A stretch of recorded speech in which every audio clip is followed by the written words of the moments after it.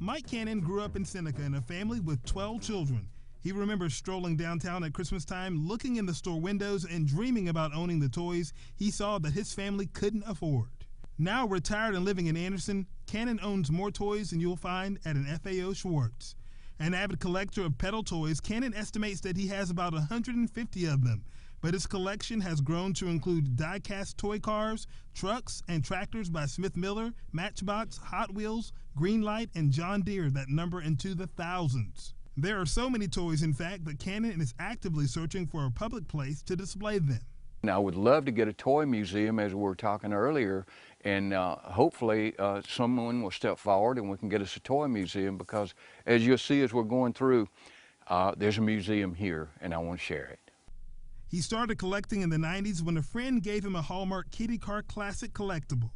So I started collecting these, and then after a couple of years I said, man, these are really neat. They just have some substance to them.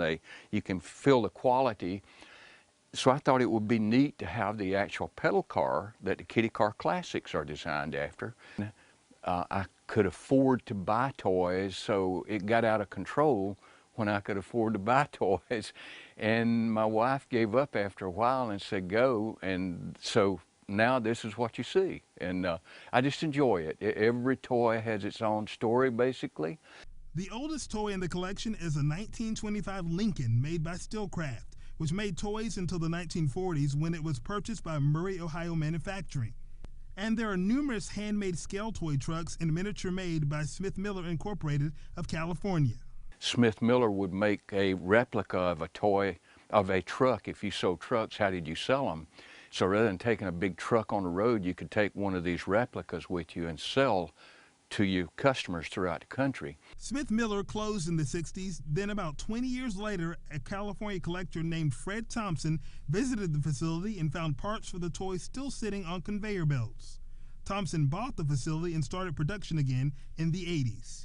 Original Smith Miller toys from the 50s and 60s and Fred Thompson Smith Miller toys, both of which are rare finds, are a part of Cannon's collection.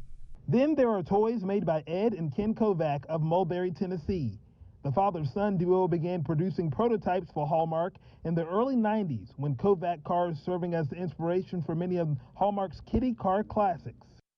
The quality of the work that they do is unsurpassed by anybody. I actually drove up there about 4 or 5 years ago. I had to see firsthand what they do, and it was intriguing just to be there and see what they do to make these toys. A rare Kovac collectible is a prototype of a delivery bicycle with cooler made for the Coca-Cola Company.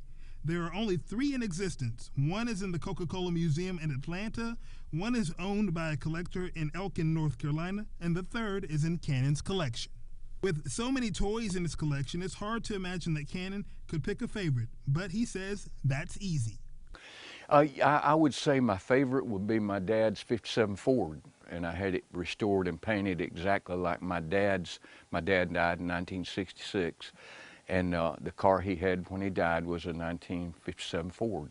So that one has more sentimental value to me probably than any of the others. Made for a Ford dealership in Missouri, Cannon spotted the front end of the pedal car as it was being taken off a truck at a toy show in Tennessee. And with every make and model imaginable, it's hard to believe that there could be anything missing from Cannon's pedal car collection. But there's one last toy Cannon dreams about. A pinch-nose Zephyr, and that's one that I would really like to have. It's so ugly that it's cute.